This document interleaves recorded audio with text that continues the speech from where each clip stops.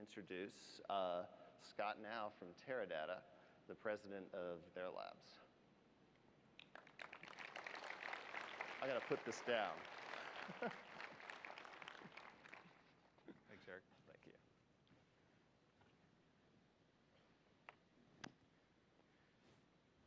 Good morning.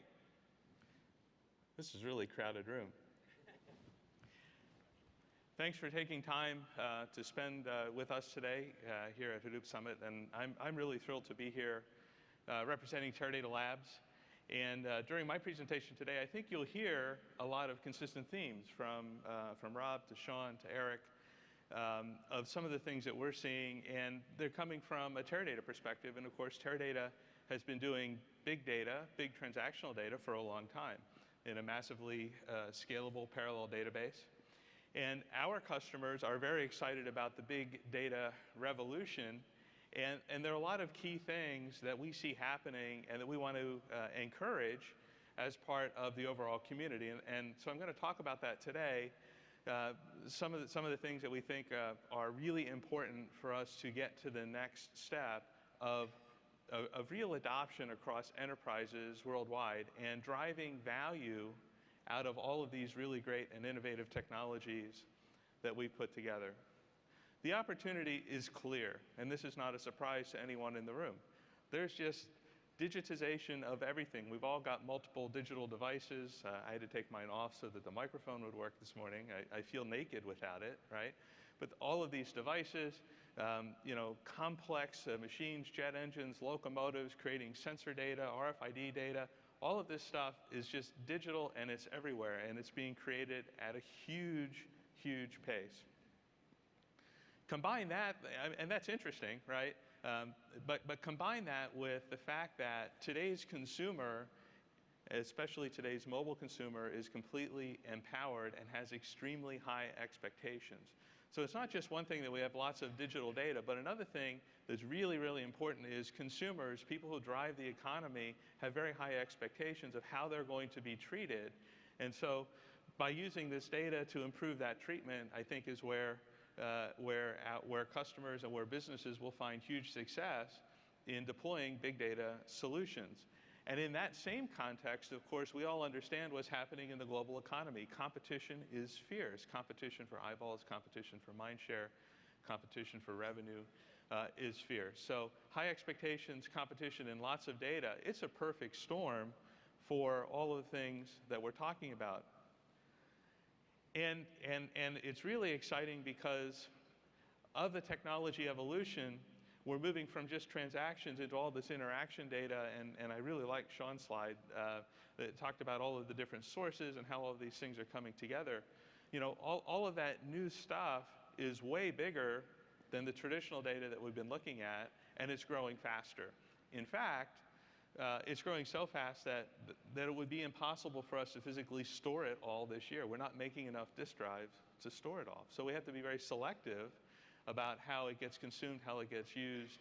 And we have to find the high value kinds of opportunities in the data so that we can drive business to be more competitive and to serve consumers better. At the same time, all of this is happening, it's just getting cheaper and faster. And so that's really good. It's making the I in ROI a much smaller number. And so that means the new opportunities, the new use cases that are really valuable and are emerging are now possible, and they weren't possible, even last year or the year before or 5 years ago. Moore's law continues to impress. Compute power is just stunningly increasing, and our ability to consume data is growing very rapidly at a very, very great pace.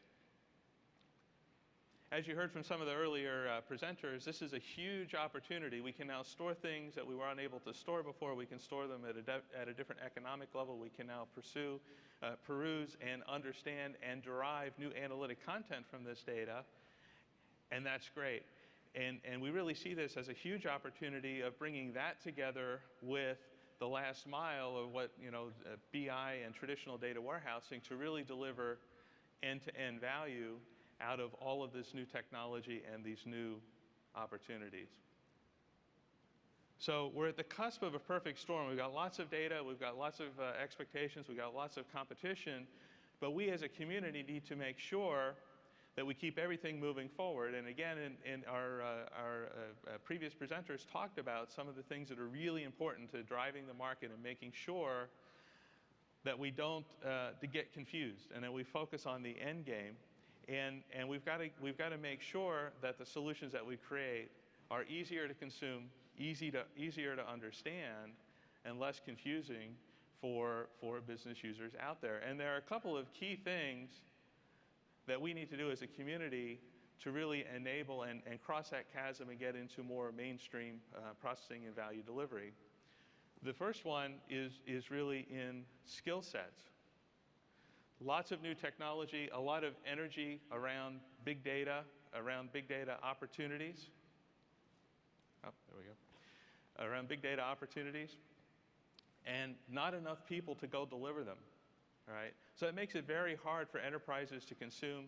That makes it very hard for companies to take advantage of all of these capabilities. They can't find the right skill sets and the right people in the right quantity to go and deliver these new solutions. And this really points to one of the key areas of ecosystem development and building out tools and replicable solutions, so that while we continue to grow data scientists and while we continue to grow people with these new big data experience, we can also expand the adoption by creating tool sets and ecosystem integration to make big data technology more consumable and require fewer highly skilled individuals. The other thing that we need to look out for is really getting big data into the enterprise. There are a lot of really great use cases coming up from big data and big data technologies, and they tend to be relegated to departments and really interesting aha moments, but they're not deployed across the enterprise, which means it's very hard for enterprises to take action on that information. So we need to figure out how we make enterprise-wide adoption easier so that companies can take advantage across the board of the capabilities and analytics that could be delivered from Hadoop and the big data infrastructure. And finally, I believe very strongly in the fact that we need to make sure that we have a highly integrated, redeployable big data architecture. Again, Sean mentioned earlier, mainstream companies have already developed their ERPs and the CRM and even BI and data warehousing, and they've got huge investments in infrastructure on how they deploy and manage their business. And bringing in big data is really important to be able to fit into that architecture so that, number one, companies can leverage the investment that they've already made. But number two, the advantage for the big data community is all of those eyeballs, all of those users, all of those analysts who already understand how to take advantage of analytic content to drive business value can now have access to new and expanded use cases and make the IT organization comfortable that this is all going to fit together and work really, really well.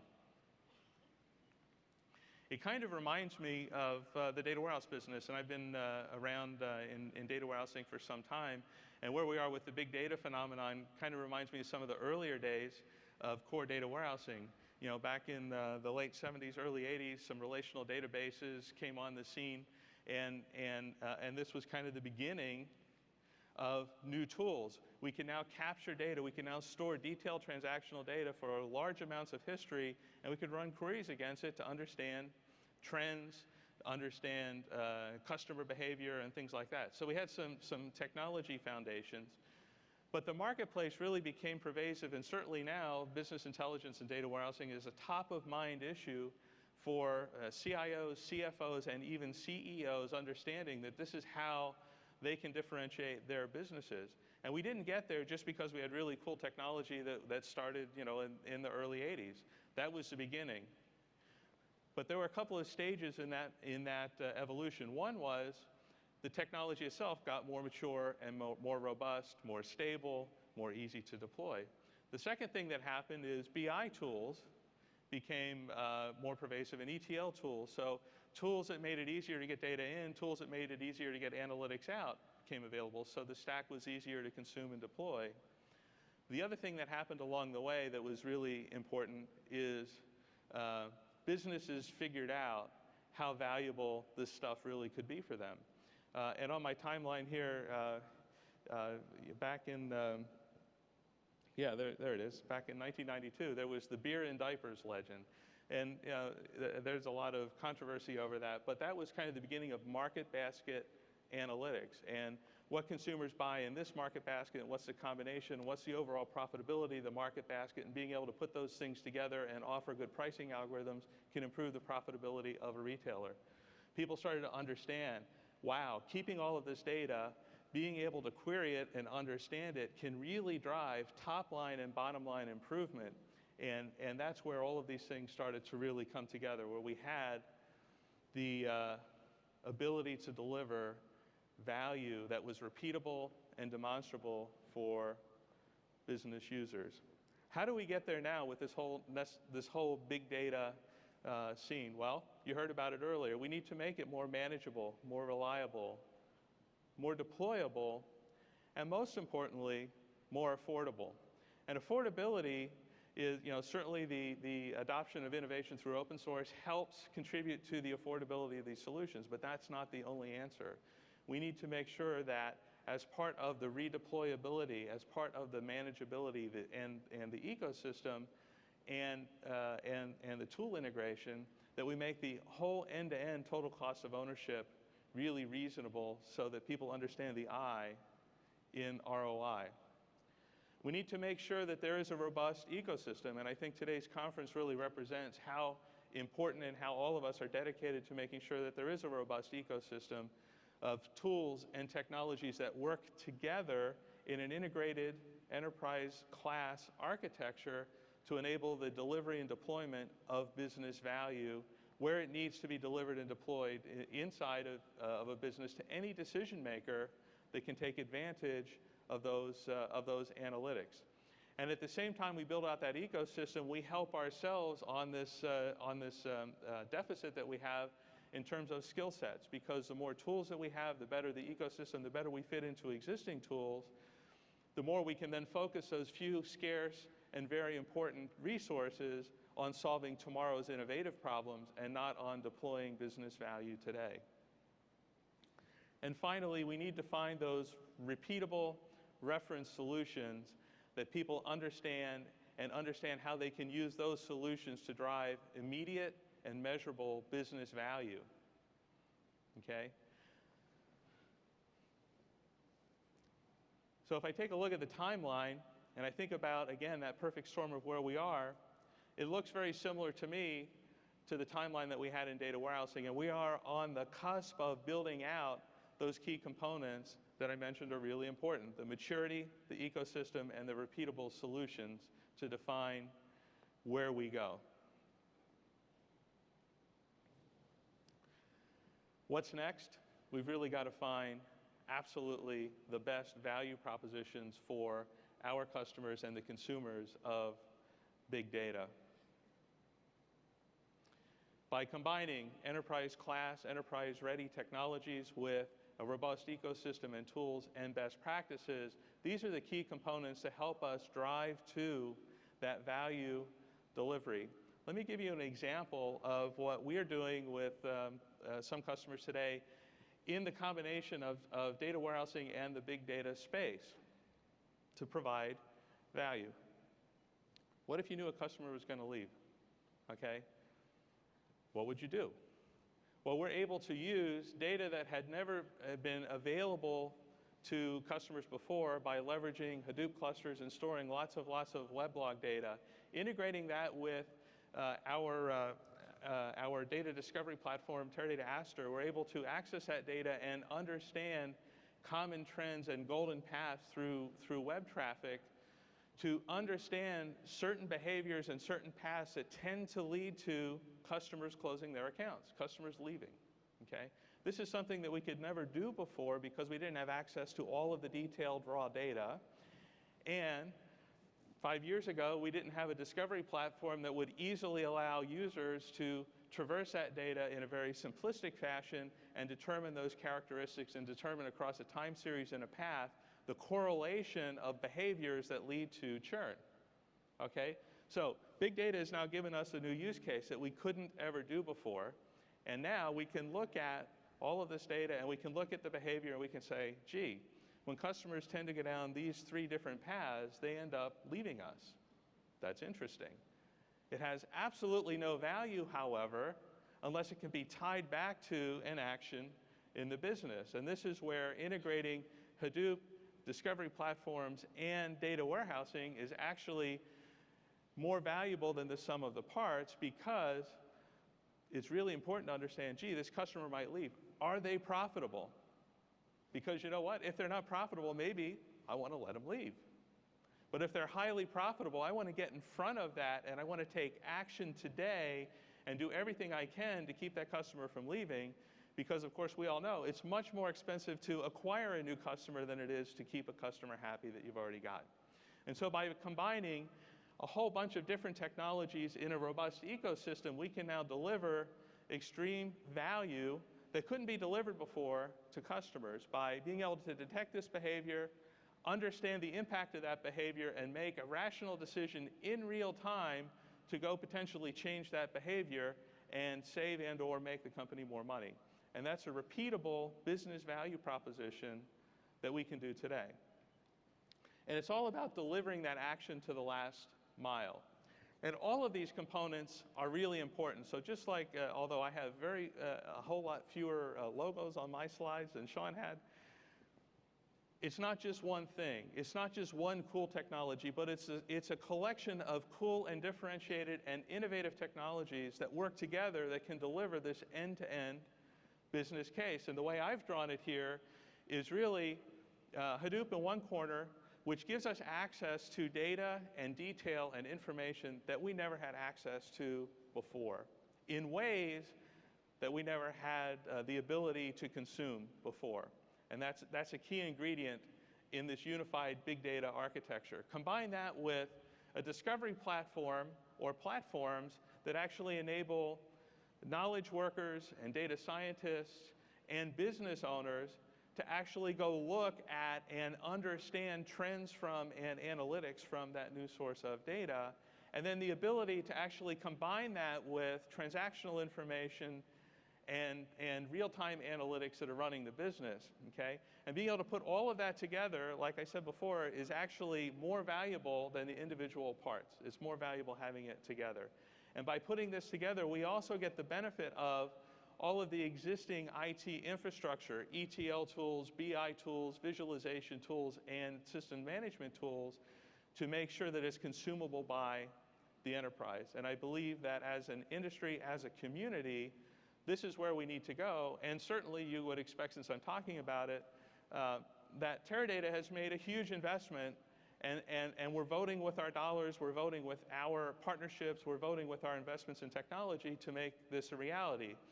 Whether it be with our partnerships with key Hadoop providers, our partnerships with key members of the community, whether it be our acquisition and integration of Astrodata, our core analytic discovery platform, and in our core data warehouse technology, Teradata, which is obviously a defined leader in the industry, and being able to put all of these things together as part of our unified big data architecture. And you also heard earlier, we had a press release yesterday. We added to that investment with the release of SQL-H.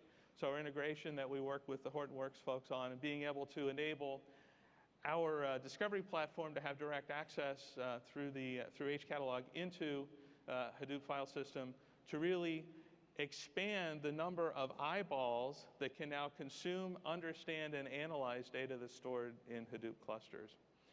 And we're fully committed to continuing to build out this unified big data architecture. We look forward to working with the community, and we hope you all are as excited as we are about the opportunity to deliver groundbreaking value to our customers.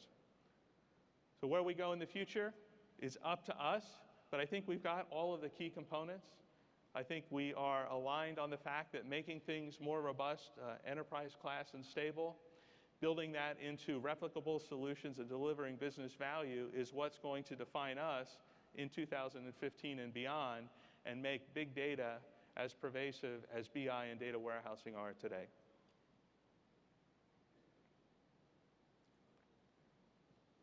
Thank you very much for joining us here. I'm actually going to turn it over to another presenter who's going to give us feedback on the agenda and where we're going. But I thank you very much for your attention and look forward to seeing you in the Expo Center and throughout the rest of the conference.